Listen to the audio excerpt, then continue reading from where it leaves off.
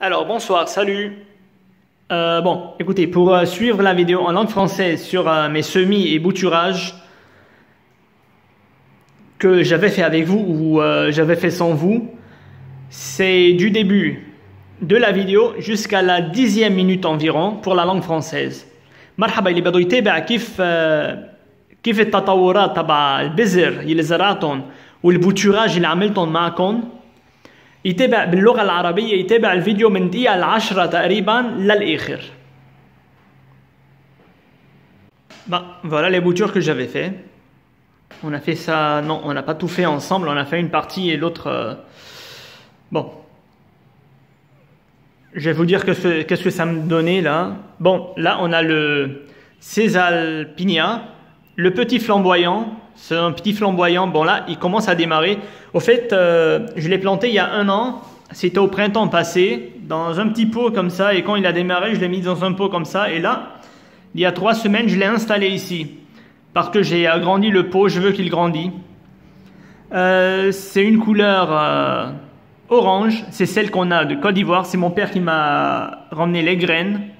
Et j'ai planté. Et j'avais 2. Il y a une qui n'a pas pris et l'autre a pris. Voilà le démarrage. En fait, au Liban, on a le petit flamboyant, mais on l'a de couleur jaune. J'aime pas la couleur jaune, je préfère celle de Côte d'Ivoire, la couleur orange. Et voilà. Qu'est-ce qu'on a? Bon, les Delosperma que j'avais fait avec vous. J'ai fait la vidéo et pendant la vidéo, quand j'ai fait la vidéo, j'ai fait les boutures. Hein. Les voilà, ils ont pris. Et là, c'est la vidéo que j'avais fait sur les syngoniums. Les 4 boutures ont pris. Et là, le démarrage... voilà le démarrage. Et là, on a la Khalifa. J'avais fait 3. J'avais mis une tige dans l'eau. Celle qui était dans l'eau, paf, elle est pourrie. Elle a pourri, elle n'a pas pris. Mais les 2 qui étaient en pleine terre, que j'ai fait directement dans un terreau, ben les 2 ont pris. Celui qui a vu la vidéo sur les... Khalifa va voir la méthode du bouturage. C'est celui que j'avais pris dans le parking. On l'a au parking et j'ai voulu faire des boutures. Et voilà, la bouture a pris. Bon, bah écoutez, pour le framboisier, je ne sais pas. C'est la première fois que je fais des boutures de framboisier. Je dis peut-être ça va prendre, peut-être ça va pas prendre. Au fait, elles ne sont pas totalement secs. Elles sont toujours vertes, mais elles n'ont pas démarré. Je ne sais pas si elles vont démarrer ou pas. Bon, si elles ont démarré, c'est tant mieux. Si elles n'ont pas démarré, tant pis en fait. Et là, j'en ai 6 maintenant. Ah, désolé pour les vernis, c'est les vernis de ma soeur. C'est celle-là, c'est avec celle-là que j'avais fait le fuchsia. C'est avec celle-là que j'avais fait la vidéo. Et j'avais fait des bouturages. Et ben, les bouturages, elles ont pris. Hein. Les boutures ont pris. J'en ai acheté d'autres couleurs. Celle-là, c'est celle de la vidéo.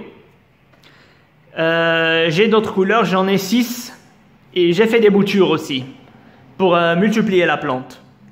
Bon, peut-être je vais vous montrer les couleurs que j'ai. Il commence à faire nuit là, je ne sais pas si... bon, c'est pas grave. Là, c'est le Sénacio collier de perles. En fait, c'est la maman que j'avais. Elle était à l'intérieur, au sud Liban, dans mon salon, à la lumière, mais il faisait froid et à l'intérieur, il faisait toujours froid et il y avait beaucoup d'humidité. Et j'arrosais pourtant une fois chaque 3 semaines quand je montais. Ben, elle a commencé à pourrir à la base. Franchement, je voulais la sauver, donc j'ai coupé tout ce qui était pourri. Et là, j'ai refait les boutures. Et elles ont pris, elles sont là, je pense qu'il y a 1 mois et demi, et tout va bien. Ça, ce sont les genres de sédum, comme cela. Bon, ça, c'est toute une histoire. Hein. Après, je vais parler, je l'ai depuis, cette plante, je l'ai depuis 4 ans, et c'est tout ce qui me reste.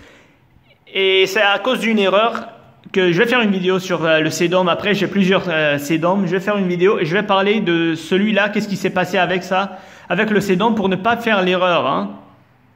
Celui-là, je ne l'ai pas acheté. C'est quelqu'un qui l'avait acheté à mon travail.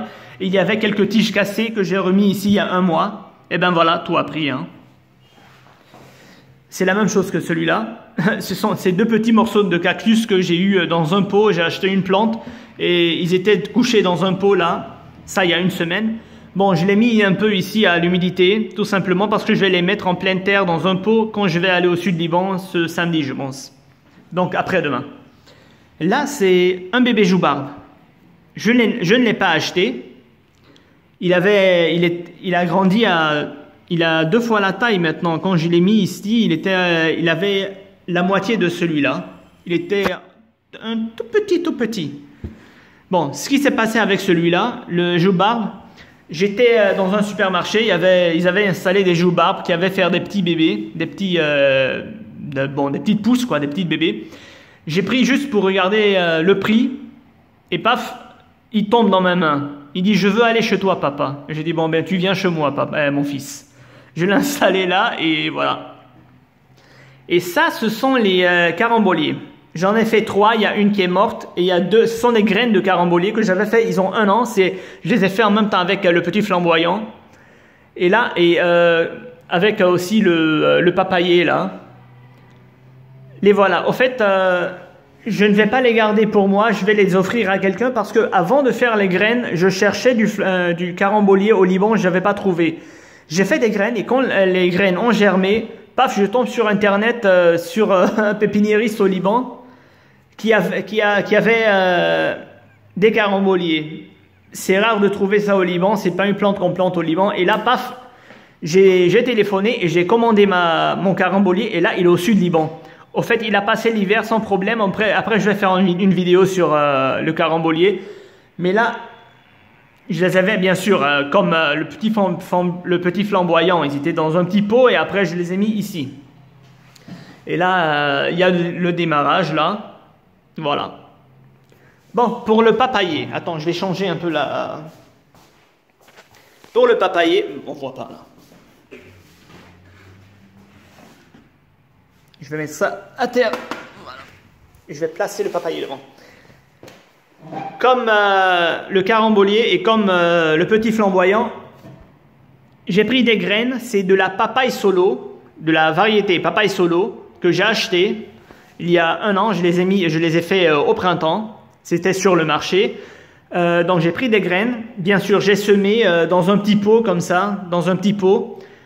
Et je les ai recouverts environ un demi-centimètre de terreau universel. J'ai pas de terreau spécial semis. Et le démarrage a pris. Et après 2 mois, ils étaient devenus environ 5-6 centimètres. Et je les ai repiqués chacun dans un pot. Bon, enfin, j'ai des oxalis qui poussent partout là. C'est pas grave.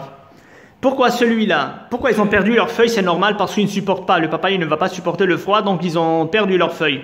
Pourquoi d'autres ont perdu leur tête?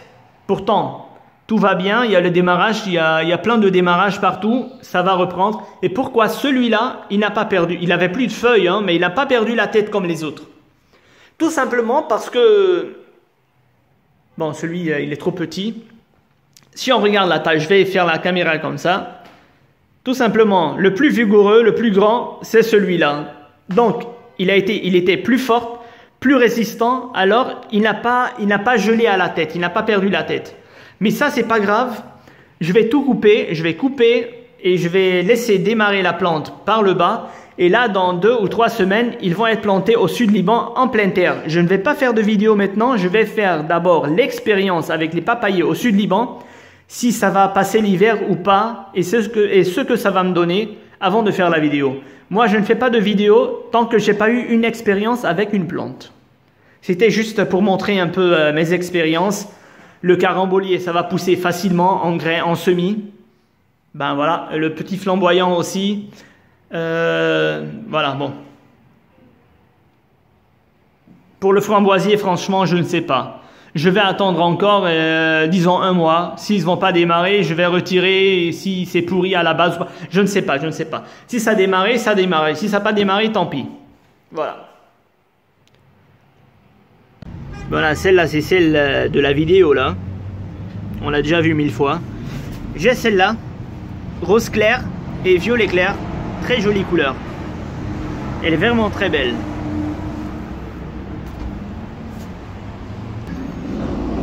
j'ai celle-là, rose foncé avec l'intérieur rose clair.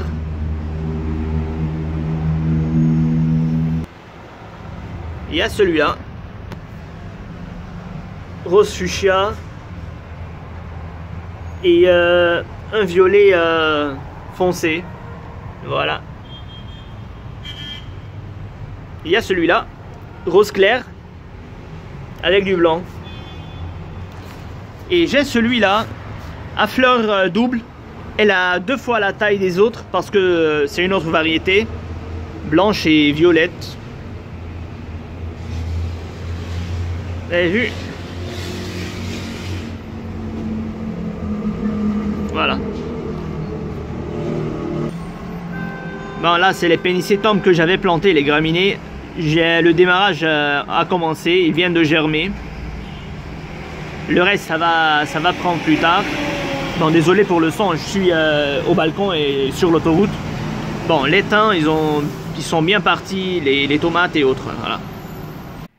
اوكي، هول البوتشور والسمي اللي عملتهم يعني البذر والشتر اللي زرعتهم، هلا في منهم عملتها معكم وفي منهم لا، لانه اللي ما عملتها معكم من سنه الماضيه ما كان خاطره ببالي اعمل شين يوتيوب اصلا، وما كان واردة الفكره انه اعمل شين بيحكي عن البلان تاع ولادي. طيب عندنا هي مثلا سيزالبينيا او بيتي فلامبويون، اسمها بيتي فلامبويون. هيدي زرعتها بذرة، بيي جاب لي اياها من ساحل عاج بذر. زرعتهم طبعا كانوا 2، في وحده دغري اول ما فرخت ماتت، بس هيدي اخذت. هلا شيء طبيعي، هلا بدها تبلش ما بتتحمل كتير برد، فبلش عم بالشتاء خسرت ورقها، وهلا بلشت تفرخ عن جديد. هلا كان زرعهم بذر ببو صغير، بس فرخوا رجعت حطيتهم ببو بهيدي الكبايه، بكبايه مثل هي، وصار لها جمعتين بس بهيدي البو الاكبر مع تيرو جديد مشان تنمى اكثر. هلا لا، مع في منا بلبنان بس في اللون الاصفر، انا ما بدي اللون الاصفر، انا بدي اللون اللي كان عندنا منا بافريقيا بساحل عاج، لون الاورانج. فهيدي لون اورانج، بيتي فلامبويون لون اورانج. هلا هول السينغونيوم اللي عملتهم معكم أربعتهم أخذوا فرخوا وبلشوا يمدوا أصلا، صاروا يلي شاف الفيديو شاف كيف عملتهم. والأكاليفا نفس الشيء، الأكاليفا كانوا 3، واحدة حطيتها بالمي ما نجحت، اهترت وماتت. هول اللي حطيتهم بقلب الأرض هيون ناجحين وفرخوا، بس ما حنقلهم هلا، بدي طول بالي على القليل شي بعد شي شهر ونص شهرين لياخدوا منيح الجروش لحطهم ببو اكبر، بو تقريبا مثل هيدا. هيا اذا حدا شاف الفيديو كيف لونتروتيان دو لا كاليفا لازم يشوف كيف عملت البوتور. وهيدي الديلوسبيرما كمان عملتها معكم ابيض وزهر، اثنيناتهم اخذوا ماشي حالهم. وعندنا الفيشيا هيدي اللي عملتها معكم، هول المناجير لاختي شو بدكم فيها. هيدا اللون اللي عملتها الفيديو، هيدي اللي عملتها معكم بالفيديو لونتروتيان دو فوشيا. هيدا اللون هلا صار عندي 6 الوان، والباقيين ال5 الباقيين كمان عملت بوتوراج منهم. هيون اخذوا البوتوراج، اللي شاف الفيديو لازم يشوف كيف عملت البوتوراج. اوكي هلا عنا الفرامبواز. هلا انا بحياتي مش عامل بوتوراج دو فرامبواز، يعني كان بدي ازرع، كان بدي اجرب، اذا اخذوا ما اخذوا شو بدي اعمل، ما حينتحر يعني. هلا بعدهم خضر، بعدهم ما بس ما فرخوا، يعني صار لهم شهر ونص او شهرين تقريبا، ما بعرف اذا حياخذوا ولا لا، بس حطول بالي بعد. اخذوا ما اخذوا مش مشكله، شو بدي ما بيأثر. برجع بعمل، بضلني اجرب لياخذوا، وين المشكله. هلا عندي هي الكوليه دو بيرل سيناسيو، كوليه دو بيرل. هلا هيدي من الامية اللي عندي اياه من تقريبا 2 سنين. شو صار؟ موجودين بالجنوب، عنا بالجنوب بجنوب لبنان على 700 متر، بس من جوا بقلب البيت على ضوء. بس رغم انه عم بسقيها مره كل 3 جماع، ما عم تتبخر المي لانه في كتير سقعه فوق، ما عم تتبخر المي، بتتبخر من فوق بس ما عم شوف تحت انا شو عم بيصير. بيجي عم بسقي كل 3 جماع، فانتبهوا كتير منيح على السقايه لانه هيدي بلانت سيكولونت، هولي اشياء بلانت سيكولونت ما بتحب كتير المي. شو صار؟ جيت من شي شهر مزروعين من شي شهر تقريبا، جيت لقيت القمية مهرية من تحت، شلت الترابات لقيت التراب من تحت كتير مي بقى مع انه من فوق يابسين، التراب ناشف. فدغري جيت لساعدها مشان ما تموت كلها، قصيت كل شي مهري كبيته ورجعت زرعتهم بعدهم ما اجا الهريان عليها، قدرت ازرعهم وهيهم صار لهم شهر ونص هلا، لا شهر تقريبا. هلا ما عم بسقي كثير، عم بسقي انجا شوي وهيها. هلا بدي انطر شوي لينمو منيح الشروش لارجع احطهم ببو اكبر. وهيك صار كمان هلا هيدي السيدوم عندي هون وعندي هون، عندي عده سيدوم، حاعمل فيديو خصوصي على السيدوم وحاحكي فيها. هيدي عمرها عندي اياها من 4 سنين، بس مش هيدي بوتور صغير درت زمطت عندي وهلا بلشت تكبر وبلشت تعمل الشروش من تحت. هلا بعدين ححطها ببو اكبر وخليها. ليه صار فيها هيك ولما قدرت نفس الشيء نفس القصه، شمس ما في ضوء. السيدوم بتحب كتير الشمس وبالشتاء جوا ما في ابدا شمس، فاخترت حاحكي فيها بعدين حاعمل فيديو. هلا عندي هون سيدوم ما اشتريتهم، هيدي رفيقنا بالشغل اشترى سيدوم. شو عمل؟ في منهم هيك بوتورات صغار انكسروا معه، كان بالكيس انكسروا، ما كبيتهم، اخذتهم لملمتهم وحطيتهم هون، صار لهم تقريبا شي شهر هيا رجعوا اخذوا كلهم. وعندي هي الجوبار هلا نفس الشيء، هيدي هول الاثنين كاكتوس صغار هلا حطيتهم هون لانه بدي ازرعهم بالجنوب هيدا السبت لما اطلع. ما في مشكله، الكاكتوس مش ضروري تزرعوها دغري، فيها تضل بلا تراب لانه فيها مي اصلا بتحفظ الحراره، بتحفظ المي تعولتها ما بتموت. اشتريت بو، رحت على المشتل اشتريت بو، لقيتهم هون 2 مكسورين ومحطوطين على البو. جبتهم قلت ما كبيتهم بدي ازرعهم، بيطلعوا لي 2 كاكتوس زياده بكفي الكوليكسيون تاعولي، حتى لو عندي هي النوعيه انا. هلا الجوبارب كانت لما زرعتها من شهرين تقريبا كانت اصغر بكتير قد نص هيدي، هلا بلشت تنمى مزبوط. شو صار بالجوبارب؟ ما اشتريتها طبعا، كان بسوبر ماركت كبير ما حقول اسمها منشان دعايه ما دعايه. كان حاطين جوبارب عاملين كتير بيبيات صغار كتير صغار يعني. شلتها حملتها برمتها لشوف شو سعرها، اذا كتير غالية ما حيشتريها طبعا، بس اذا سعرها معقول حيشتريها. ما حبيت السعر فرجعت حطيتها. انا عم بحطها فلتت هيدي لحالها وقعت بايدي، عم بتقلي خدني معك يا بابا. قلت لها اوكي تكرم عينك يا بابا، تعي معي يا بابا. فاخذتها وزرعتها هون وهي اخذت. بون هلا حكينا عن هول، حكينا عنهم. هلا وصلنا عن شو يسموها هيدي، نسيت اسمها كمان، اتذكر لك. كارامبوليه اسمها الكارامبوليه. هلا زرعت بذر كانوا 3 السنه الماضيه كمان بالربيع، هولي كلهم هيدي وهيدي هولي الباباي كمان عمرهم سنه وشوي، باول الربيع زرعتهم السنه الماضيه 2020. هلا نحن 22 افريل 2021. بون ما لقيت بلبنان، فتشت ما كنت لاقي كارامبوليه بلبنان لانه ما بيزرعوها بلبنان. فاشتريت فواكه، طلعت عندي 3 بذرات حطيتهم، في وحده انجا فرخت وماتت، وهول الاثنين اللي اخذهم طبعا ما زرعتهم هيك، زرعتهم ببو صغير مثل هيدي، رجعت نقلتهم على بو هالقد، وهول مزروعين هون صار لهم تقريبا شي 3 اشهر ببو اكبر وهيهم. بس شو صار اخر الربيع لما بلشوا يفرخوا صاروا تقريبا هالقد. كنت على الفيسبوك وشفت باج لواحد ببيع ورد مشتل بلبنان جايب كارامبوليه، دغري ما صدقت خبر، ما كذبت خبر بيقولوا. دقيت وطلبتها وهي موجوده عندي بالجنينه، مرق عليها الشتاء، انا قلت بركي ماتت بركي لا ما بعرف. لا الكارامبوليه ما ماتت عندي، تحملت البرد عندي وهلا بدها تبلش تفرخ. هلا هولي صار عندي 2 زياده، ما عندي مطرح، انا جنينتي كتير صغيرة، فحيترك اللي اشتريتها الكبيرة المطعمة، وهولي حاطيهم لحدا حدا من رفقاتي مثلا.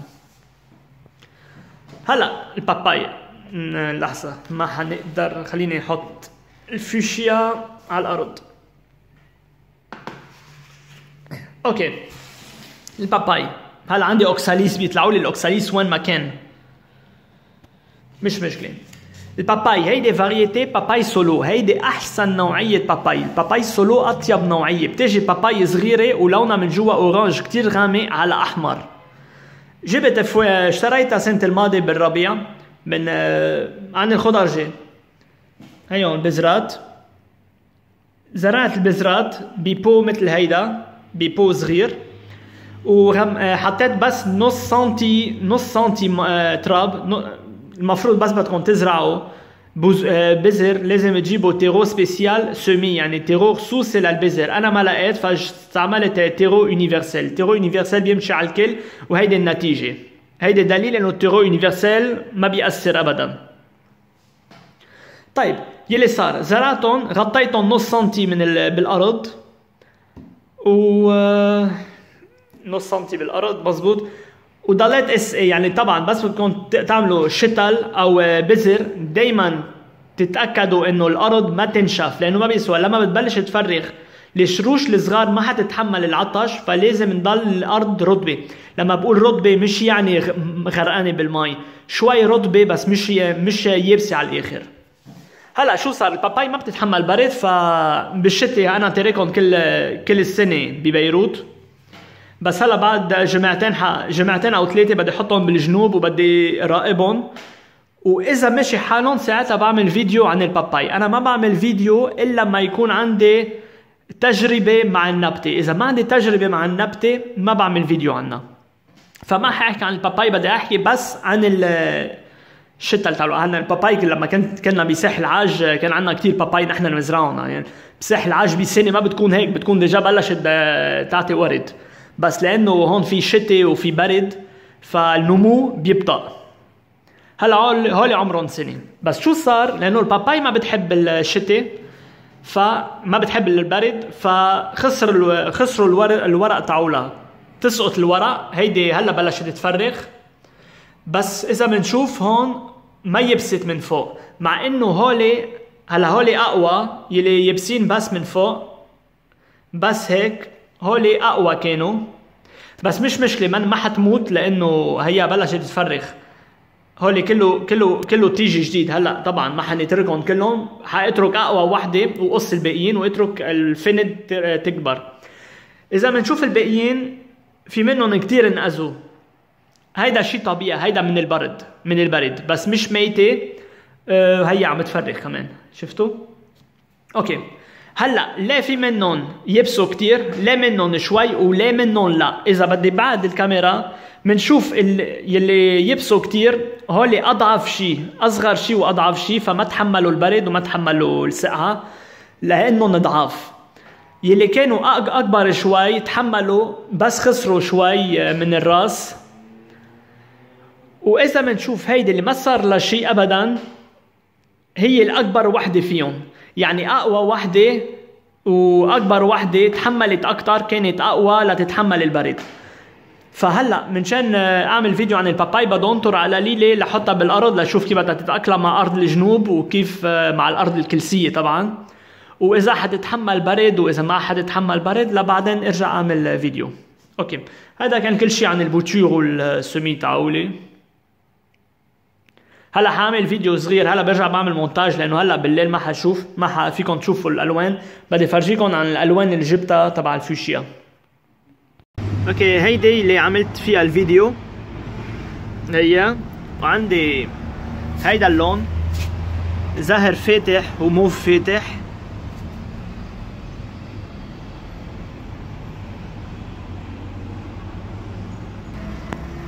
وعندي هيدي هلا هي كانت بدها شوية مي، هلا سقيتها هلا مشي حالها. زهر فاتح بقلبها زهر، لا قصدي زهر غامق بقلبها زهر فاتح هي. وعندي هيدا اللون ما بعرف اذا زهر غامق او فيولي فاتح مدري شو، وفيولي غامق. وعندي هيون، وعندي هيدي زهر وابيض، وعندي هيدي النوعية، هيدي اكبر من هوليك. هيدي الوردة تعولتها بتجي دوبل، شفتوا كيف؟ وردتها قد هيديكي على مرتين، ابيض وموف. اوكي هيدا الجرامينيه اللي عملتهم البينيسيتوم اللي زرعتهم بذر.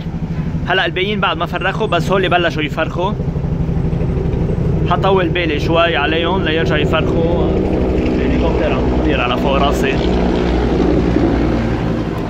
هول الزعترات، البندورات وهول يعني.